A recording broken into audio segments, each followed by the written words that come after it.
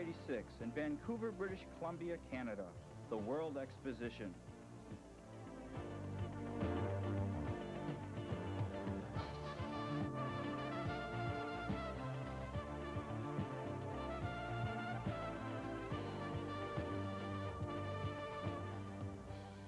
Expo 86, embracing the dual themes of transportation and communication, with displays and performances from many nations and corporations. Truly a world event. Expo 86 with a new approach to theme fairs, the theme period. Airplane, cars, boats, and trains. Each would have their own time, but for 1 week in May, steam would reign king. Steam Expo, the largest gathering of steam locomotives since the 1948 Chicago Railroad Fair. But this was not the only railroad display at Expo. Many nations and corporations featured rail transit in their pavilions.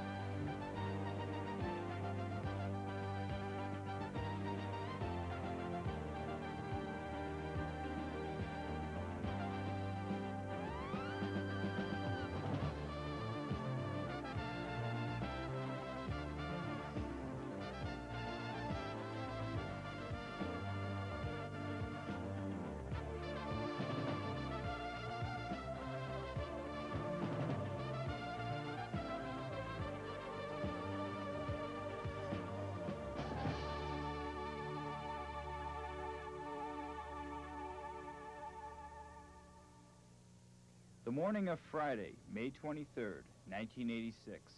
The air was cool, it was a little foggy, a typical spring morning in Vancouver.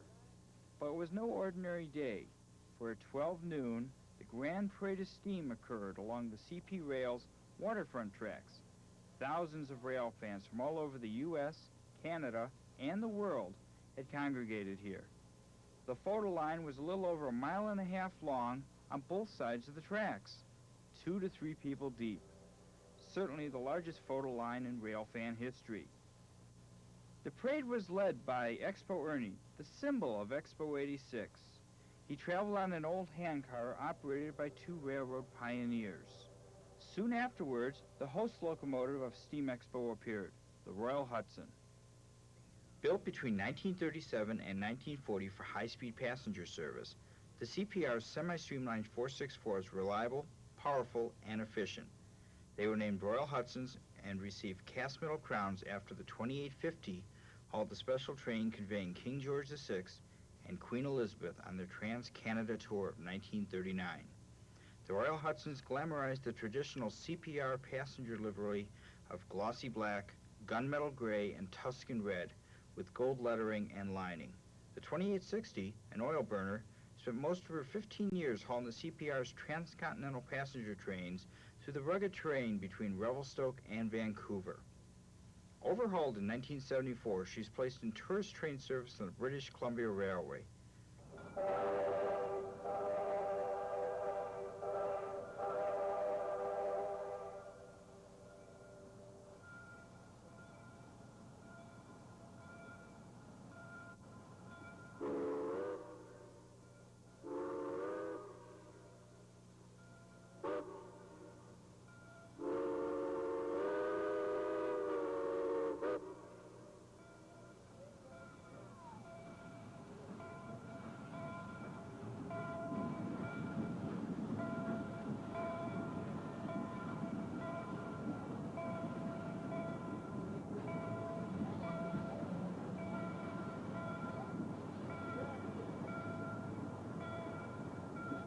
George Stephenson's rocket of 1829 is considered the pioneer of steam locomotives.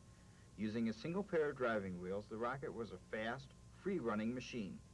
Winner of the Rainhill locomotive trials in which she bettered her 2 competitors, she was modified and duplicated for hauling passenger trains on the Liverpool and Manchester Railway.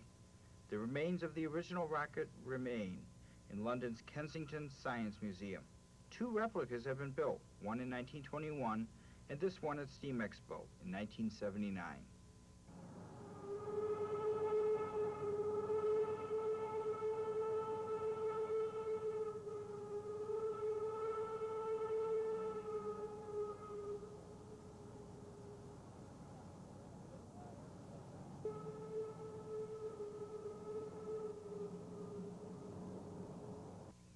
1830, West Point Foundry built the first full-size American steam locomotive. When she entered service on the South Carolina Canal and Railroad Company, hauling 5 cars at 20 miles an hour, she was nicknamed the best friend of Charleston. Features included a vertical boiler, a well tank, coupled wheelers, and inclined cylinders. Alas, 6 months after she initiated passenger service on the New World's first commercial steam railway, her fireman, annoyed by the sound of steam escaping from her safety valves, tied down the control lever, and she blew up. In 1928, the Southern Railway's Birmingham shops built a replica based on the plans of the original, and a 1970 rebuild has ensured that she will be able to steam for many years to come.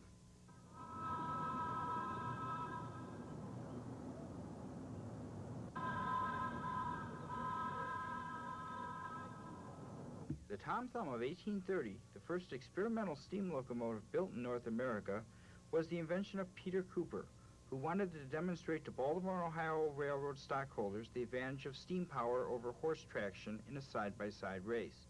The engine's vertical boiler, with tubes made from musket barrels, supplied steam to a single cylinder. Although the horse won the contest, steam was given the benefit of the doubt and proved its reliability during the 130 years that followed.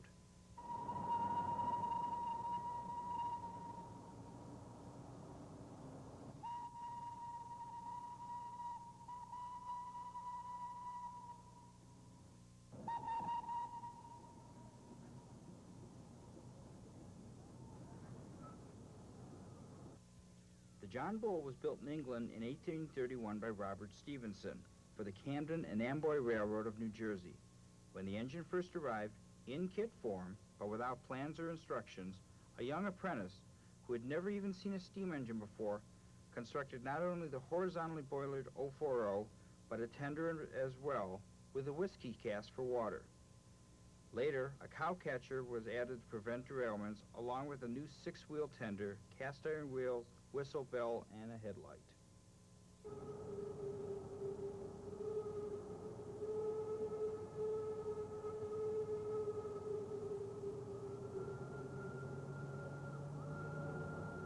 Canada's first public railway is the Champlain and St. Lawrence Railroad.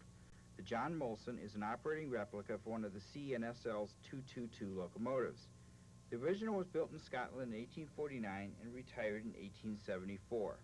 The present-day John Molson, constructed by 3 Japanese companies, arrived at the Canadian Museum in Quebec in the summer of 1971.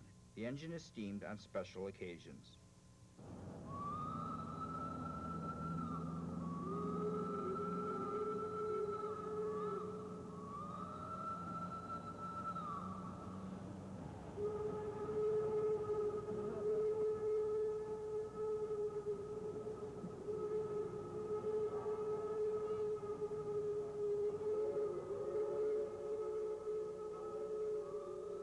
V&T number 22, built by Baldwin in 1875, served for many years as the principal passenger engine on the Reno to Virginia City run.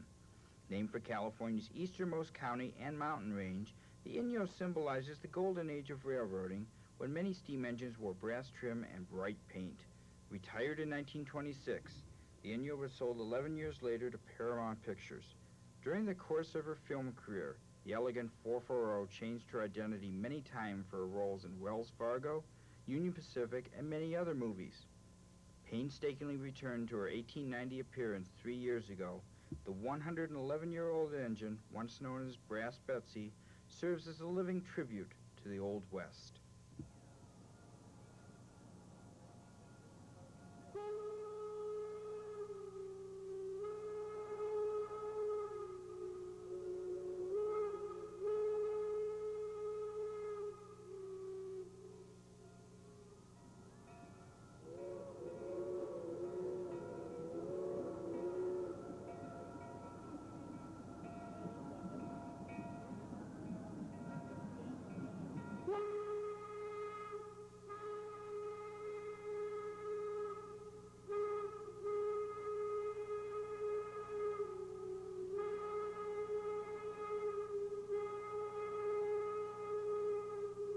The oldest locomotive operating in Canada is the Vintage Locomotive Society's number 3. Built in 1882 by Dubs of Scotland, she became CPR number 22. When World War II drew to a close, CPR sold her to the Winnipeg River Railway, later City of Winnipeg Hydro, who retired her in 1961. Today, she operates on summer Sundays over a CNR branch line, popularly known as the Prairie Dog Central.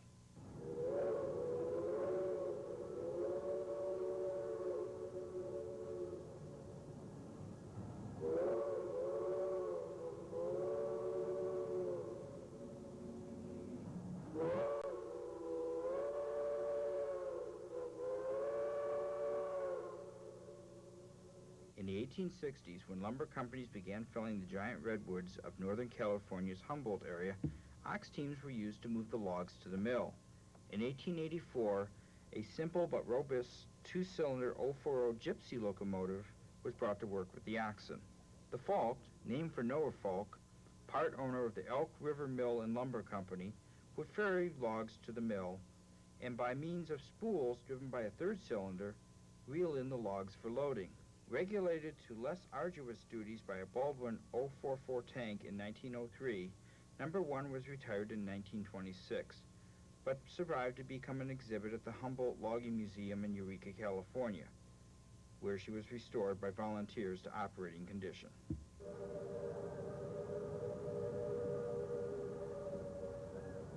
One of the two steam engines at Fort Steele Heritage Park near Cranbrook, British Columbia, Dunrobin, was built in 1895 to haul the private train of the Duke of Sutherland, a director of Scotland's Highland Railway and named for his castle residence. A typical Victorian branch line locomotive. It was acquired by Fort Steele in 1967.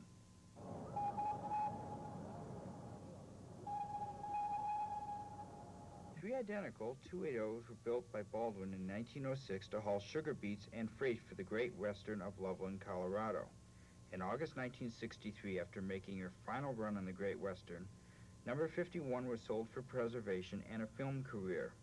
In 1984, the well-proportioned 280 returned briefly to Great Western tracks for a series of excursions. She is one of 4 former Great Western engines saved from the scrapyard. She also put on the best show of smoke and noise in the Grand Parade of Steam.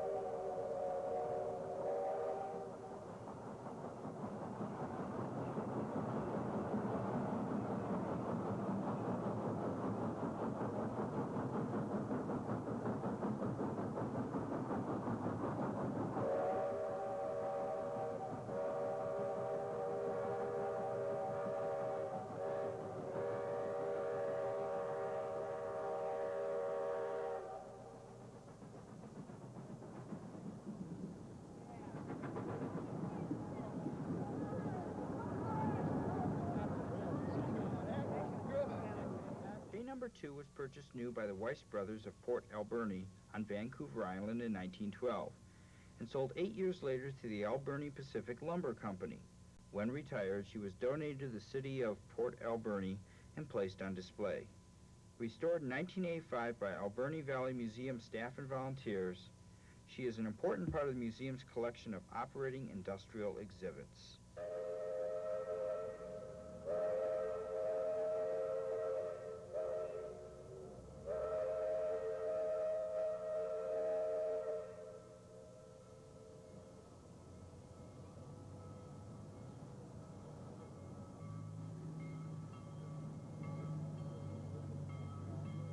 The 10-wheeler was a maid of all work. Its relatively light axle loading made it suitable for both branch and mainline service. Number 1392 is a representative of hundreds of similar 460s employed by the Canadian National. Built by Montreal Locomotive Works in 1913, she served the railroad faithfully for 45 years before being set aside in 1958. Today, 1392 forms part of the Alberta Pioneer Railway's impressive collection in Edmonton.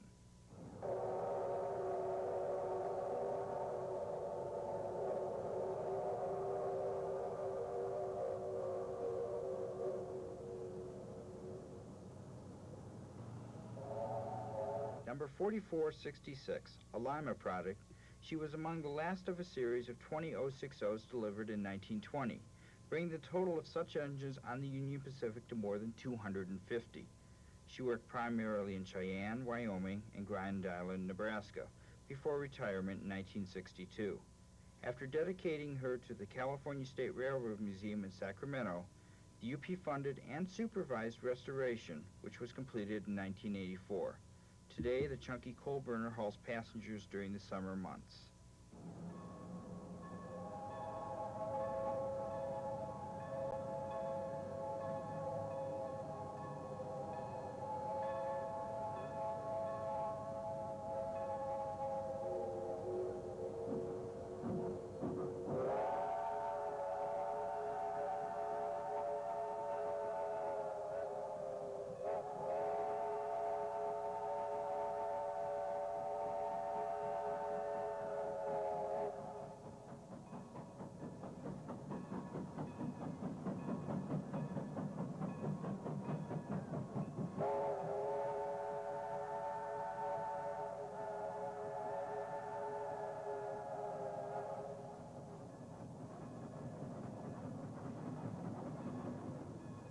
Number 1077 was built in 1923 by the Montreal Locomotive Works for service on Vancouver Island.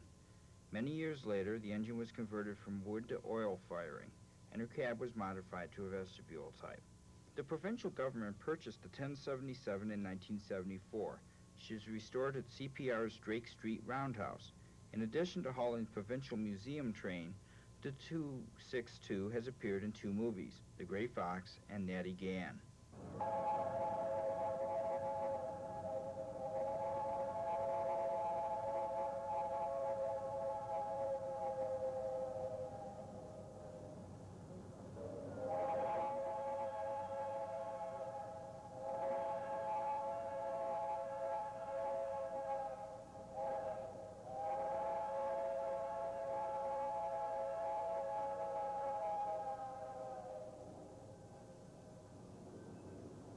Between 1891 and 1941, more than 700 Heislers were built, mainly for the logging industry.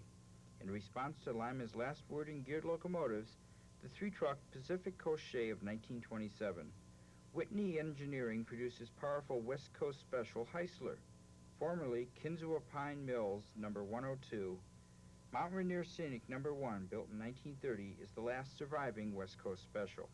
From May to September, she serves as backup power on the Mount Rainier Scenic Railroad from Elbe to Mineral, Washington. On special occasions, she pulls a photographer's special of skeleton log cars and, in December, Santa trains.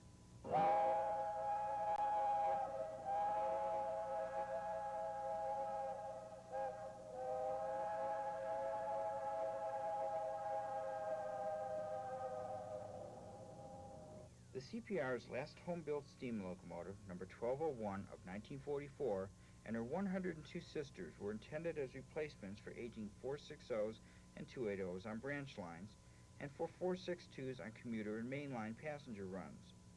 Following an overhaul by Ontario Rail Association volunteers, she began making museum-sponsored weekend trips between Ottawa and Wakefield, Quebec in 1976. 9 years later, the 1201 steamed into Craigellachie, British Columbia for the last Spike Centennial celebration.